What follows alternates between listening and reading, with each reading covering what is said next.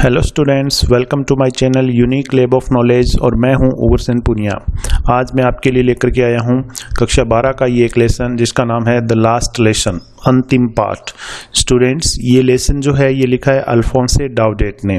तो अल्फोंसे डाउडेट जो है उनके बारे में थोड़ा पढ़ लेते हैं। नीचे दिया है राइटर के बारे में।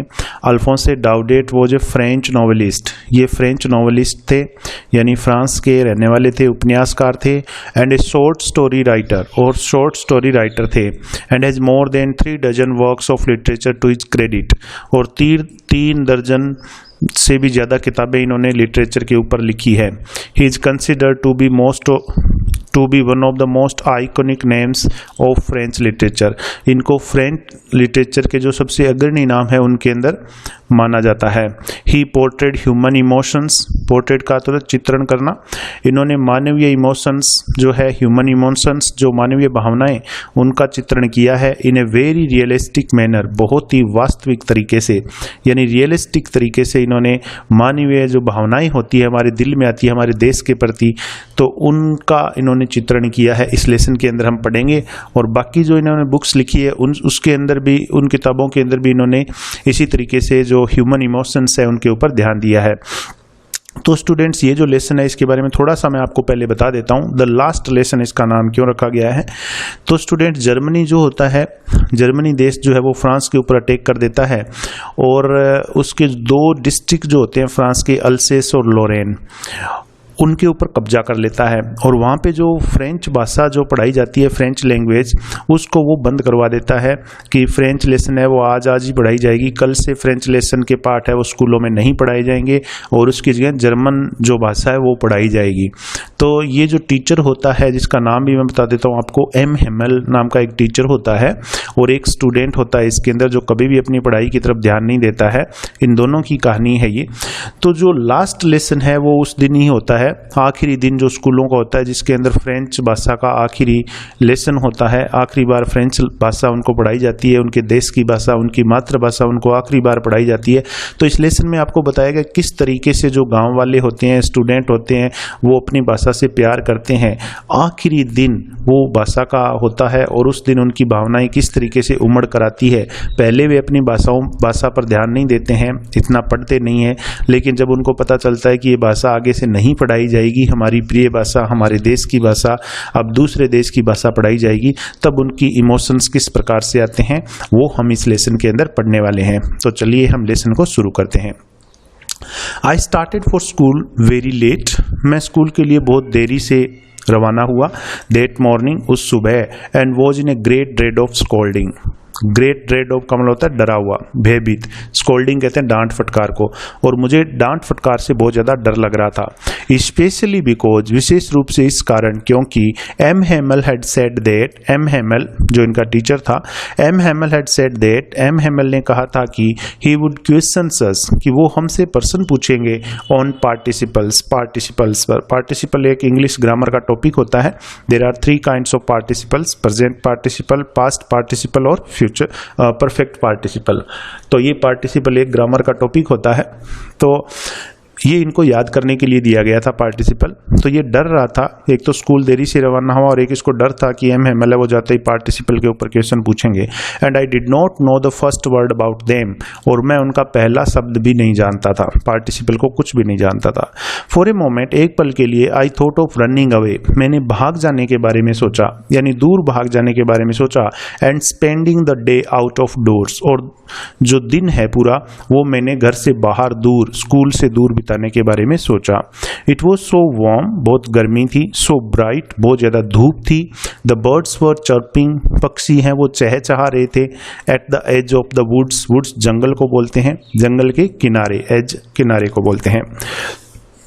तो जंगल के किनारे जो पक्षी है वो चहचहा रहे थे। And in the open field back, और खुले मैदान में वहाँ पीछे, ऑफ द सो मिल, सो मिल कहते हैं आरा मिल को, आरा मिल के पीछे खुले मैदान में, the Persian soldiers were drilling, जो पर्शियन सोल्जर से सैनिक थे पर्सिया के, वर ड्रिलिंग, वो अभ्यास कर रहे थे। It was all much more tempting, ये सारा दृश्य बहुत ज़्यादा टेम्पटिंग था, यानी बहुत ज़्यादा ललचाने वाला था। Then the rule for participles, participle के नियम की तुलना में, यानी पार्टिसिपल याद करना ज़्यादा उबाऊ लग रहा था, और ये जो चीज़ें थी रास्ते की इसको ज़्यादा ललचा रही थी। But I had the strength to resist, लेकिन मेरे अंदर स्ट्रेंथ थी, ताकत थी टू रजिस्ट, इन सब को दबाने की। And hurried off to school, और मैं जल्दी जल्दी स्कूल की तरफ बढ़ गया। When I pass the town hall, जब मैं टाउन हॉल के पास से गुजरा, देयर वॉज ए क्राउड, तो भीड़ लगी हुई थी in front of the bulletin board. In front of कहते हैं के सामने, बुलेटिन बोर्ड समाचार पत्र जो लिखे जाते हैं, यानी सूचना पट बोल सकते हो। तो बुलेटिन बोर्ड के सामने एक भीड़ लगी हुई थी। फॉर द लास्ट 2 years, पिछले 2 सालों से all our bad news had come from there, हमारी जितनी भी बैड न्यूज थी फ्रांस की, हैड कम फ्रॉम देयर, वो वहीं से आई थी। यानी बुलेटिन बोर्ड पे लिखी गई थी सारी जो बुरी खबरें थी। और कौन कौन सी बुरी खबरें थी वो लिखा यहाँ पे, द लॉस्ट बैटल्स, हारे हुए युद्ध जो थे, एक तो उनकी खबरें जो थी वो बुलेटिन बोर्ड पे लिखी जाती थी। द ड्राफ्ट, ड्राफ्ट कहते हैं सेना में भर्ती जो करी जाती है उसको, सेना में भर्ती करने की खबरें थी वो बुलेटिन बोर्ड पे लिखी गई थी। The orders of the commanding officer, commanding officer के जो ऑर्डर्स थे वो भी यहाँ पे लिखे गए थे। And I thought to myself, और मैंने मन ही मन में सोचा, विदाउट स्टॉपिंग, बिना रुके, रुका नहीं था मैं, what can be the matter now, अब क्या बात हो गई, यानी अब यहाँ पे भीड़ इकट्ठी क्यों हुई है। Then as I hurried by, और उसके बाद में एज आई हरिड बाई, मैं तेजी से गया, as fast as I could go, जितना जल्दी जितना तेज मैं जा सकता था उतना तेजी से गया। द ब्लैक स्मिथ, तो जो ब्लैक स्मिथ था, जो लोहार था, वॉक्टर, जिसका नाम यहाँ पे दिया है ब्लैक स्मिथ का, वॉक्टर, हु वॉज देयर, जो वहाँ पर था उस भीड़ के अंदर, विद इज अप्रेंटिस, और उसके साथ उसका अप्रेंटिस था, शिष्य था, रीडिंग द बुलेटिन, और वो बुलेटिन बोर्ड को पढ़ रहा था। उस पर जो लिखी हुई खबर थी उसको वो वॉक्टर नामक लोहार था, ब्लैक स्मिथ, वो पढ़ रहा था।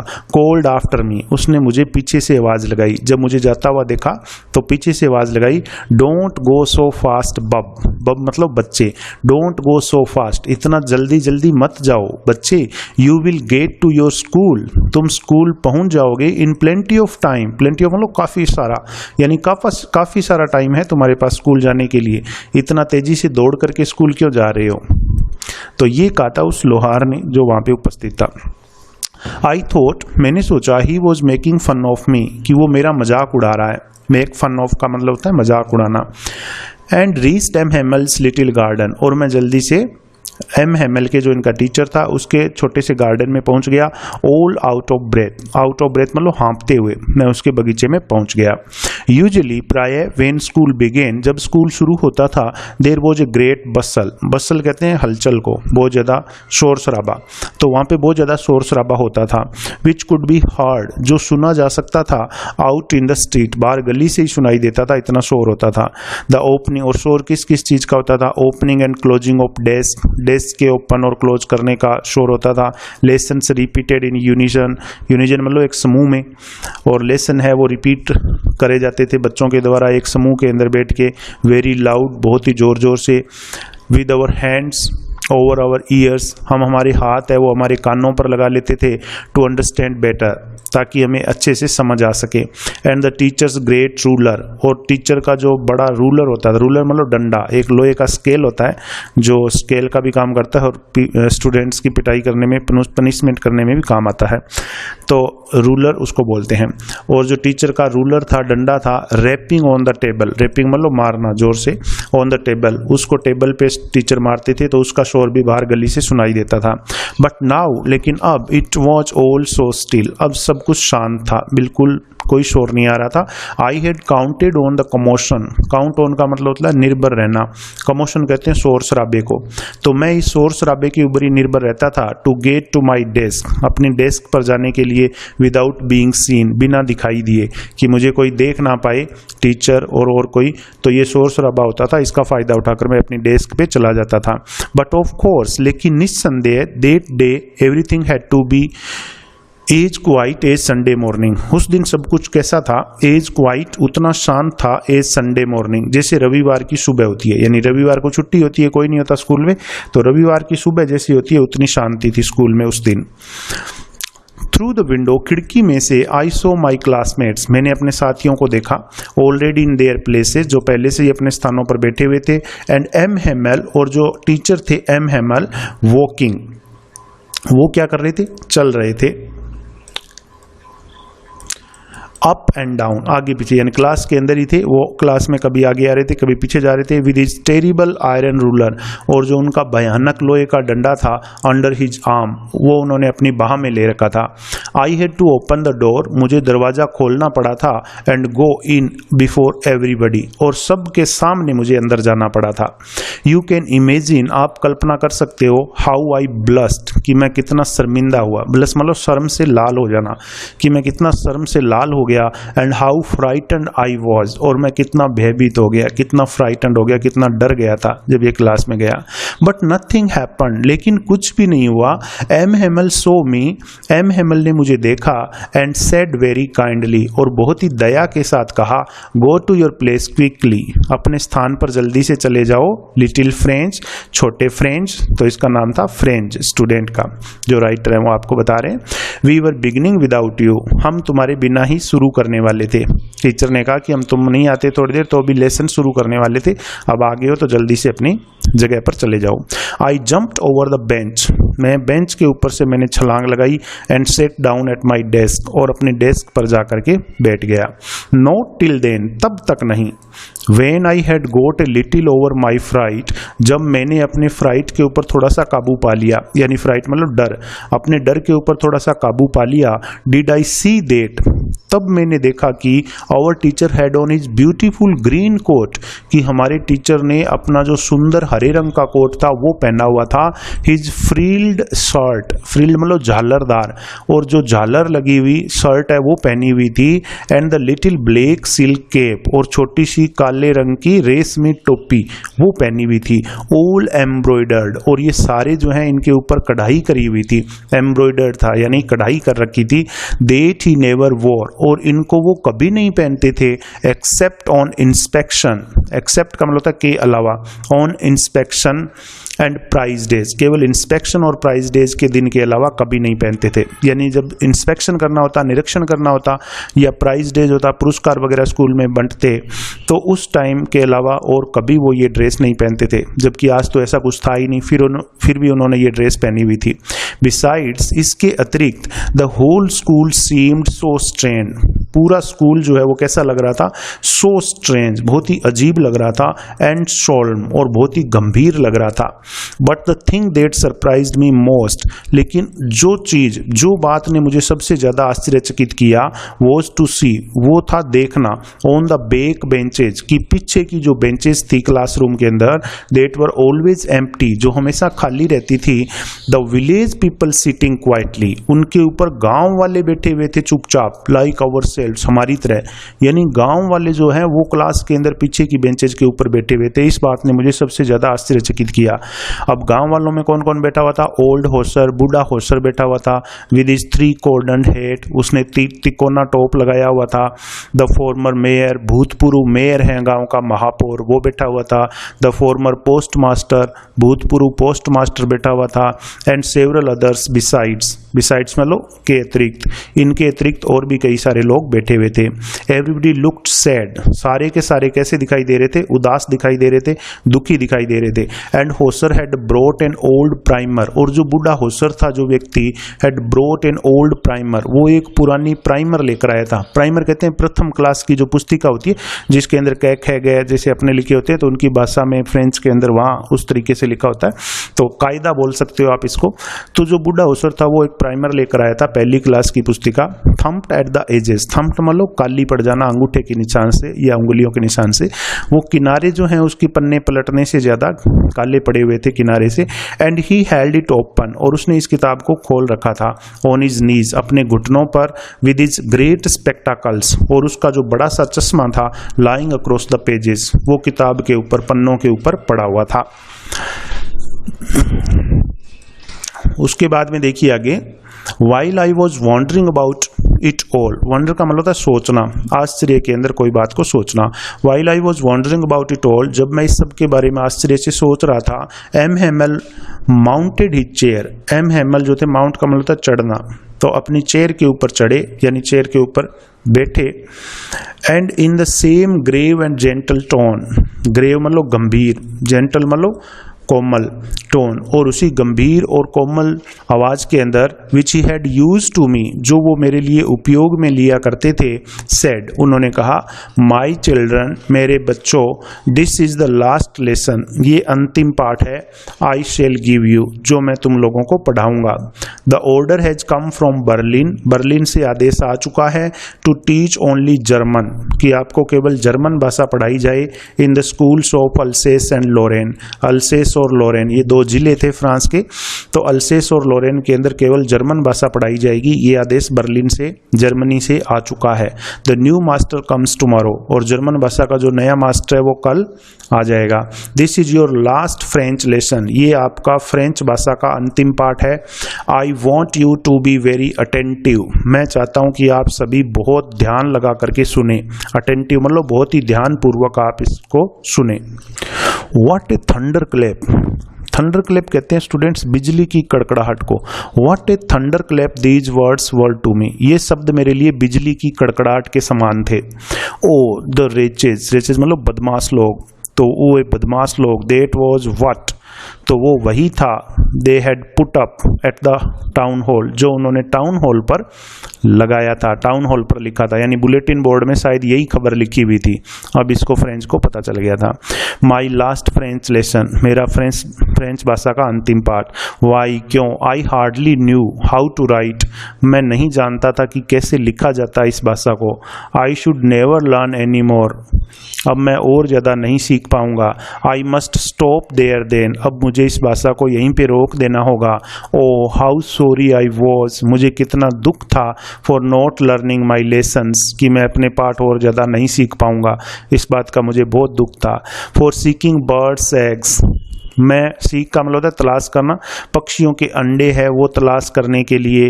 और गोइंग स्लाइडिंग ऑन द सार, सार कहते हैं मतलब बर्फ के मैदान को बोलते हैं, स्लाइड का मतलब फिसलना।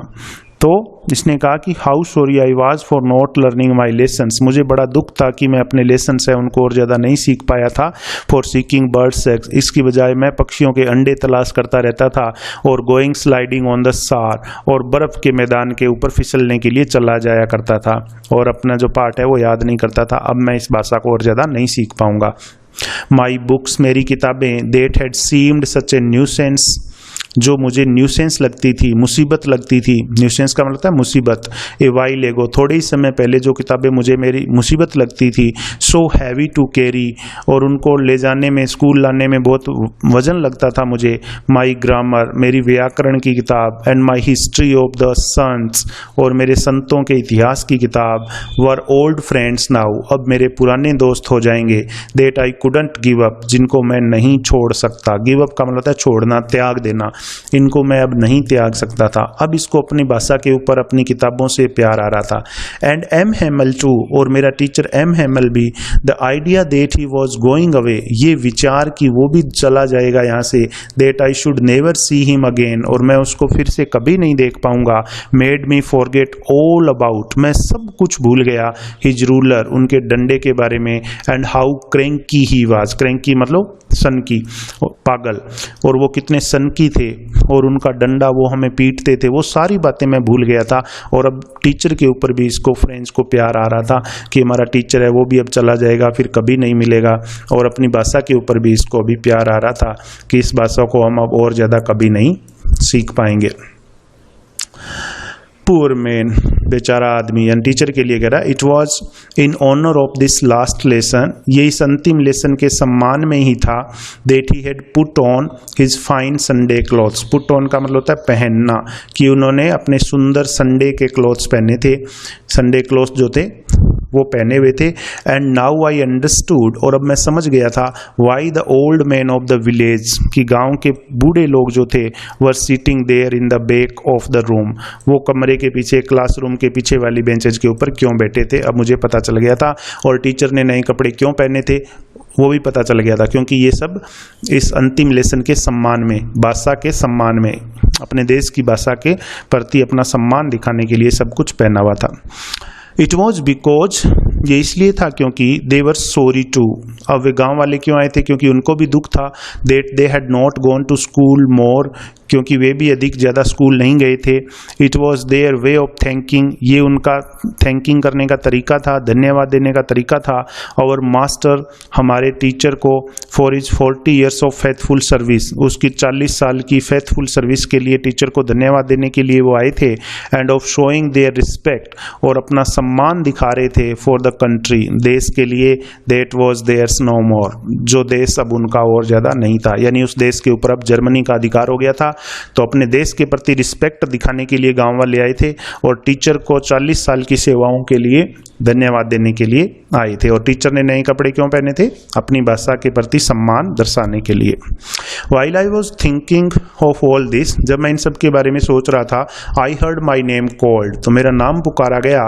I was my turn to recite, it was my turn to recite, recite का मतलब था बोलना, उच्चारण करना। अब उच्चारण करने की, बोलने की मेरी बारी थी। What would I not have given, मैं क्या कुछ नहीं दे देता, to be able to say, यदि मैं कहने के योग्य हो जाता, that dreadful rule, उस भयानक नियम को, for the participle, उस पार्टिसिपल के भयानक रूल को यदि मैं कह पाता, तो उसके लिए मैं कुछ भी करने के लिए अब तैयार था। तो रूल तो इसको याद था ही नहीं, तो ये यहाँ पे अब सोच रहा है, कल्पना कर रहा है कि यदि मेरे को याद होता तो मैं क्या कुछ नहीं कर सकता। For through very loud and clear, बहुत जोर से और बिल्कुल clear, and without one mistake, और बिना कोई गलती किए, यदि मैं इस पार्टिसिपल के रूल को बोल पाता खड़ा होके, तो मैं क्या कुछ उसके लिए बलिदान नहीं करने के लिए तैयार था। But I got mixed up, लेकिन मैं उलझ गया, ऑन द फर्स्ट वर्ड्स, शुरुआती शब्दों में ही, एंड स्टूड देयर, और वहाँ पे खड़ा रहा, holding on to my desk, अपनी डेस्क को पकड़े हुए, माई हार्ट बीटिंग, मेरा दिल धड़क रहा था, and not daring to look up, और मेरे अंदर ऊपर देखने का साहस नहीं था। आई हर्ड एम हैमल से टू मी, मैंने सुना कि एम हैमल ने मुझसे कहा, आई वॉन्ट स्कॉल्ड यू, मैं तुम्हें डांटूंगा नहीं, लिटिल फ्रेंड, छोटे फ्रेंड्स, मैं तुम्हें डांटूंगा नहीं, you must feel bad enough, तुम्हें खुद बुरा महसूस हो रहा होगा। सी हाउ इट इज, मैं बताता हूँ किस तरह से। Every day we have said to ourselves, रोजाना हम अपने आप से कहते हैं, bah I have plenty of time, मेरे पास तो बहुत सारा टाइम है। I will learn it tomorrow, मैं इसको कल याद कर लूंगा। एंड नाउ, और अब, you see where we have come out, अब देखो हम कहाँ पहुंच गए हैं। हम रोजाना अपने आप से कहते हैं कल कर लूंगा, कल कर लूंगा, लेकिन अब देखो हम कहाँ आ गए हैं। That's the great trouble with अल्सेस, अल्सेस के लोगों के साथ यही सबसे बड़ी मुसीबत है। सी पुट्स ऑफ लर्निंग, अल्सेस के लोग जो हैं वो लर्निंग को छोड़ देते हैं, टिल टुमारो, कल पर, यानी कल के लिए टाल देते हैं सीखने को। Now those fellows out there, अब वे जो लोग, दूसरे देश के जो लोग हैं, will have the right to say to you, उनको हमें कहने का अधिकार मिल गया है। हाउ इज इट यू, ये क्या है, ये कैसे है। You pretend to be Frenchman, तुम फ्रेंचमैन होने का बहाना करते हो। And yet you can neither speak nor write your own language, ना तो तुम अपनी भाषा को लिख सकते हो, ना तुम अपनी भाषा को बोल सकते हो। फिर तुम कैसे अपने आप को फ्रांस के वासी कहते हो? अब वे हमें ऐसा कहेंगे और उनके पास अधिकार है ये कहने का। But you are not the worst, लेकिन तुम ही सबसे बुरे नहीं हो। Poor little French, little French, we have all a great deal to reproach, great deal मतलब बहुत ज्यादा, रिप्रोच मतलब धिक्कारना, हमारे पास धिक्कारने के लिए बहुत सारा है। आवर सेल्व्स विद, यानी हमारे पास धिक्कारने के लिए इतनी सारी चीजें हैं, केवल तुम्हें ही दोष नहीं दिया जा सकता। Your parents were not anxious enough, तुम्हारे माता पिता हैं वो भी ज़्यादा एंक्सियस नहीं थे, उत्सुक नहीं थे। टू हैव यू लर्न, तुम्हें सिखाने के लिए। They prefer to put you to work, वे तुमसे काम कराने पर ज़्यादा ध्यान देते थे। ऑन ए फार्म और एट द मिल्स, या तो किसी खेत में या किसी मिल के अंदर तुमसे काम कराने को ज़्यादा तवज्जो देते थे तुम्हारे माता पिता। तो पहली गलती तो उनकी है। So as to have a little more money, ताकि उनको थोड़ा सा ज़्यादा पैसा मिल जाए। एंड आई, और मैं, I have been to blame also, मुझे भी ब्लेम दिया जाता है, मुझे भी ब्लेम दिया जा सकता है, दोष दिया जा सकता है। Have I not often sent you to water my flowers, क्या मैंने तुम्हें नहीं भेज दिया था टू वाटर माई फ्लावर्स, अपने पौधों की क्यारियों को पानी देने के लिए मैं भी तुम्हें क्या नहीं भेज देता था, instead of learning your lessons, तुम्हें तुम्हारे पाठ सिखाने के बजाय, इंस्टेड ऑफ का मतलब होता है के बजाय, तो तुम्हें तुम्हारे लेसन सिखाने के बाद मैं भी तुम्हें फूलों की क्यारियों को पानी देने के लिए प्राय भेज देता था, तो मैं भी दोषी हूँ। And when I wanted to go fishing, और जब मैं मछलियाँ पकड़ने के लिए जाता था, did I not just give you a holiday, तो क्या मैं तुम्हारी छुट्टियाँ नहीं कर देता था। तो टीचर अपने आप को भी दोषी मानता है कि मैं भी दोषी हूँ, मैंने भी तुम्हें पूरे मन से नहीं पढ़ाया, छुट्टी कर देता था मन से जब भी मुझे कहीं जाना होता। Then from one thing to another, फिर एक बात से दूसरी बात तक M Hamel went on to talk, M Hamel बात करते रहे of the French language, French language के बारे में बात करते रहे, saying that, कहते हुए कि it was the most beautiful language in the world, कि दुनिया के अंदर सबसे सुंदर भाषा है ये, the clearest, सबसे स्पष्ट भाषा है, the most logical, सबसे ज़्यादा तर्क संगत भाषा है ये, that we must guard it, और हमें इस भाषा की रक्षा करनी चाहिए among us, हमारे बीच में, and never forget it, और इसे कभी भूलना नहीं चाहिए, because when people are enslaved, क्योंकि जब लोगों को enslave कर लिया जाता है, लोगों को दास बना लिया जाता है, as long as they hold fast, जब तक उनकी पकड़ बनी रहती है, to their language, उनकी अपनी भाषा पर जब तक उनकी पकड़ बनी रहती है, it is as if they had the की, तो उनके पास चाबी रहती है टू देयर प्रिजन, उस जेल से बाहर निकलने की। यदि कोई दूसरा देश हमें दास बना ले, नौकर बना ले, कब्जा कर ले हमारे देश पर, तो जब तक हम अपनी भाषा जानते हैं तब तक हमारे पास उस जेल से, कैद से आज़ाद होने की चाबी होती है। Then he opened a grammar, फिर उन्होंने ग्रामर की, व्याकरण की किताब खोली, and read us our lesson, और हमें हमारा पाठ है वो पढ़ाया। आई वॉज अमेज्ड, अमेज मतलब आश्चर्यचकित, मैं आश्चर्यचकित हो गया था, टू सी, ये देखकर, how well I understood it, कि मैं कितना अच्छे तरीके से इसको समझ गया था। All he said seemed so easy, जो भी टीचर ने कहा वो बहुत ही आसान लग रहा था, सो इजी, बहुत ही आसान लग रहा था। आई थिंक टू, मैं भी सोच रहा था, that I had never listen so carefully, कि मैंने इतना सावधानी से, इतना केयरफुली कभी सुना ही नहीं था टीचर को। And that he had never explained, और उन्होंने कभी नहीं एक्सप्लेन किया था, एवरीथिंग, सब कुछ, विद सो मच पेशेंस, इतने ज़्यादा धैर्य के साथ कभी टीचर ने भी एक्सप्लेन नहीं किया था जितना आज वो धैर्य के साथ समझा रहे थे। It seemed almost as if, ये सब कुछ ऐसा लग रहा था जैसे कि the poor man wanted to give us all, कि वो बेचारा आदमी हमें सब कुछ दे देना चाहता था, यानी हमारा टीचर हमें सब कुछ दे देना चाहता था। ही न्यू, जो वो जानता था, बिफोर गोइंग अवे, जाने से पहले, and to put it all, और सब कुछ डाल देना चाहता था, इनटू आवर हेड्स, हमारे दिमाग में, एट वन स्ट्रोक, एक ही बार में सारा ज्ञान हमारे दिमाग के अंदर हमारा टीचर है वो डाल देना चाहता था, और इतने ध्यानपूर्वक वो हमें लेसन पढ़ाया था। लास्ट आफ्टर द ग्रामर के लेसन के बाद we had a lesson in writing, हमारा लिखावट के अंदर, राइटिंग के अंदर एक लेसन हुआ। That day M Hamel had new copies for us, उस दिन एम हेमल जो हमारे टीचर थे वो हमारे लिए नई कॉपी लेकर के आए, written in a beautiful round hand, और उनके ऊपर सुंदर गोल अक्षरों में लिखा हुआ था फ्रांस अल्सेस, कॉपियों के ऊपर लिखा हुआ था। They looked like little flags, और वो अक्षर कैसे लग रहे थे, लिटिल फ्लैग्स, छोटे से झंडों की तरह लग रहे थे, फ्लोटिंग एवरीवेयर, जो हर जगह तैर रहे थे, इन द स्कूल रूम के अंदर, कक्षा के अंदर ऐसा लग रहा था वे शब्द जो हैं फ्रांस अल्सेस हर जगह क्लासरूम के अंदर उड़ रहे थे। Hung from the rod at the top of our desk, hung मतलब लटके हुए थे, फ्रॉम द रोड, उस रोड से, at the top of our desk, हमारे डेस्क के ऊपर जो छत पर रोड थी लोहे की, ऐसा लग रहा था वो शब्द उस रोड से लटके हुए थे। You ought to have seen, आपको देखना चाहिए था, how everyone set to work, सब कुछ किस तरह से काम पे लगे हुए थे, यानी सब लोग किस तरीके से अपने अपने काम में लगे हुए थे। And how quite it was, और ये कितना शांत था, कितनी शांति थी क्लासरूम के अंदर। The only sound was the scratching of the pens, केवल एक ही आवाज आ रही थी, और वो आवाज किसकी थी, scratching of the pens, pen के स्क्रैच करने की, यानी पेन के चलाने की, स्क्रैच करने की आवाज आ रही थी ओवर द पेपर, कागज के ऊपर।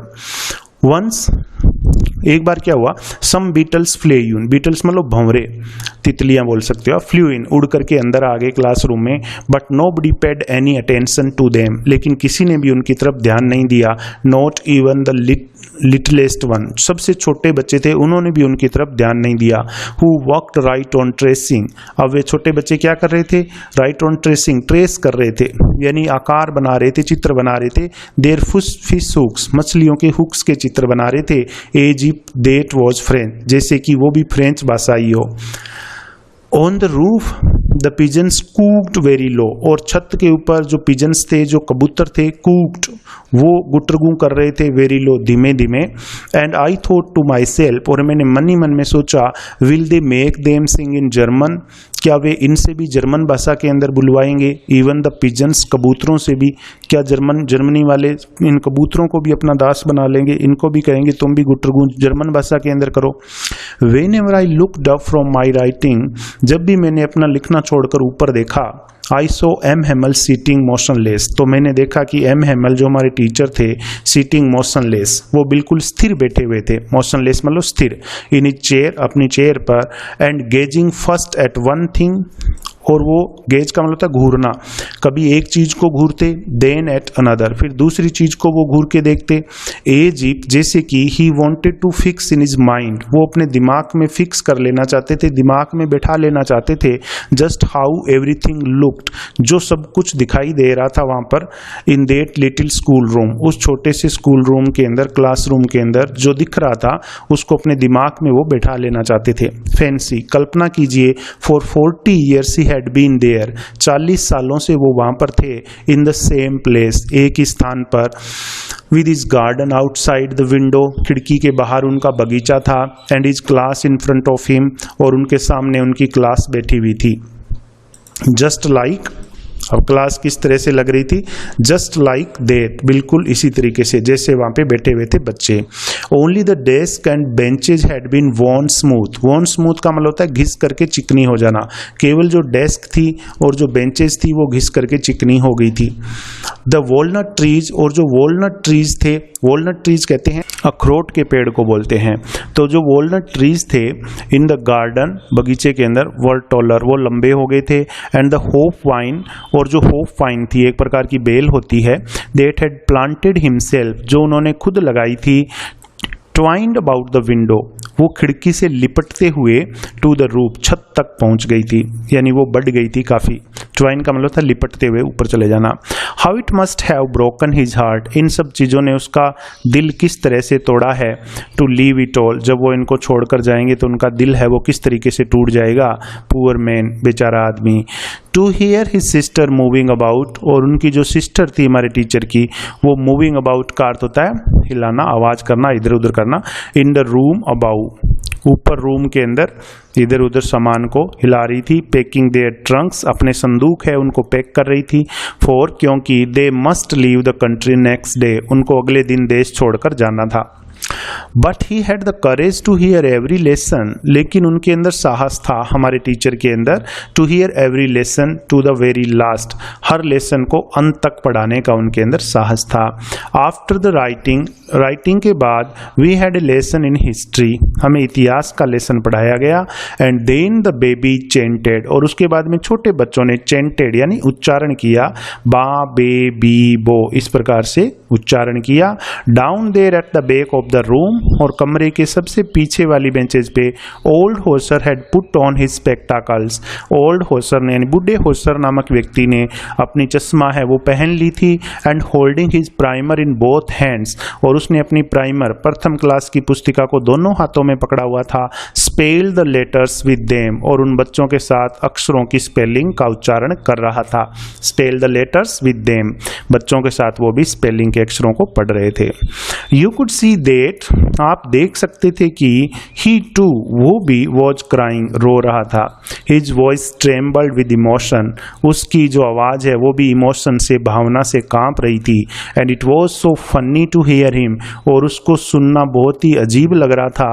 That we all wanted to laugh and cry, कि हम सभी हंसना चाहते थे और हम जोर जोर से चीखना चाहते थे। यानी एक बूढ़े व्यक्ति को इस तरीके से प्रथम क्लास की पुस्तिका पढ़ते हुए देखना बहुत ही अजीब लग रहा था, बहुत ही मजाकिया लग रहा था कि हम हंसी आ रही थी और दुख भी हो रहा था, चीखना चाहते थे हम। How well I remembered it, मुझे कितना अच्छे तरीके से याद है ये। दैट लास्ट लेसन, वो अंतिम पाठ। All at once, at once का अर्थ होता है तुरंत, तुरंत ही। ऑल एट वंस, सब कुछ तुरंत। क्या हुआ? द चर्च क्लॉक स्ट्रक 12, जो चर्च क्लॉक थी उसके अंदर 12 बज गए। देन द एंजेलस, और उसके बाद में एंजेलस है वो बजा, यानी जो घंटा है वो बजा। एट द सेम मोमेंट, और उसी पल क्या हुआ? द ट्रूम्पेट्स ऑफ द पर्सियंस, ट्रूम्पेट कहते हैं तुरही को, जो सेना को या मार्च करना होता आगे जोर जोर से बजाई जाती है। पुराने टाइम में राजा महाराजा के टाइम में ये होती थी। द पर्सियंस जो सैनिक थे उनकी ट्रूपेंट है वो बज गई। रिटर्निंग फ्रॉम ड्रिल, जो अपने व्यायाम से अभ्यास से लौट रहे थे। साउंडेड अंडर आवर विंडोज, हमारी खिड़कियों के नीचे वो सुनाई दी, उनकी तुरही बजती हुई। M Hemal stood up, M Hemal खड़े हुए। वेरी पेल, बहुत ही पीले से पड़ गए थे वो। इन चेयर, अपनी चेयर से खड़े हुए। I never saw him look so tall, मैंने उनको इतना लंबा कभी नहीं देखा। अब लंबे का मतलब है यहाँ पे, लुक सो टॉल का मतलब लंबा देखने का मतलब है कि उतना आत्मविश्वास से भरा हुआ मैंने उनको कभी नहीं देखा, यानी आत्मविश्वास से वो भरे हुए थे।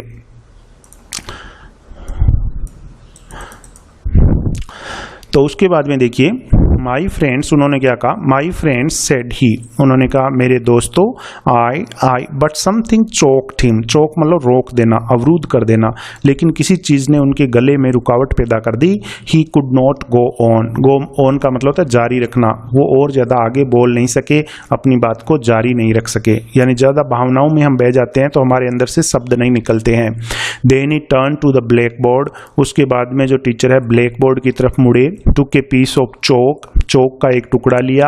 And bearing on with all his might, और अपनी पूरी माइट यानी ताकत, अपनी पूरी ताकत को इकट्ठा करते हुए he wrote as large as he could, उन्होंने उतना बड़ा लिखा जितना वो लिख सकते थे। क्या लिखा था ब्लैक बोर्ड पे?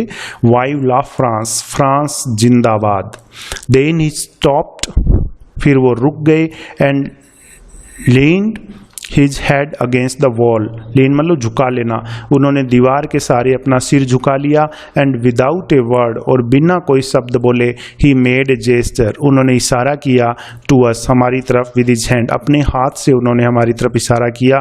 स्कूल इज डिसमिस्ड, स्कूल को खारिज किया जाता है। यू मे गो, तुम सभी जा सकते हो। तो इस तरीके से जो अंतिम लेसन था वो उन्होंने पढ़ाया था, और उनकी गांव वालों की और जो स्टूडेंट थे वहाँ पे फ्रेंच खास करके, उनकी भावनाएं किस तरीके से उमड़ करके आई थी आपने पढ़ा। आशा करता हूँ आपको इन दिन बाद समझ में आ गया होगा। आप दूसरे स्टूडेंट्स को भी कहें मेरे चैनल को सब्सक्राइब करने के लिए, मैं और भी लेसन इस प्रकार के डालता रहूँगा। यदि आपका भी कोई क्वेश्चन हो तो आप कमेंट बॉक्स में लिख सकते हैं। लाइक ज़रूर करें और सब्सक्राइब करें चैनल को। Thank you.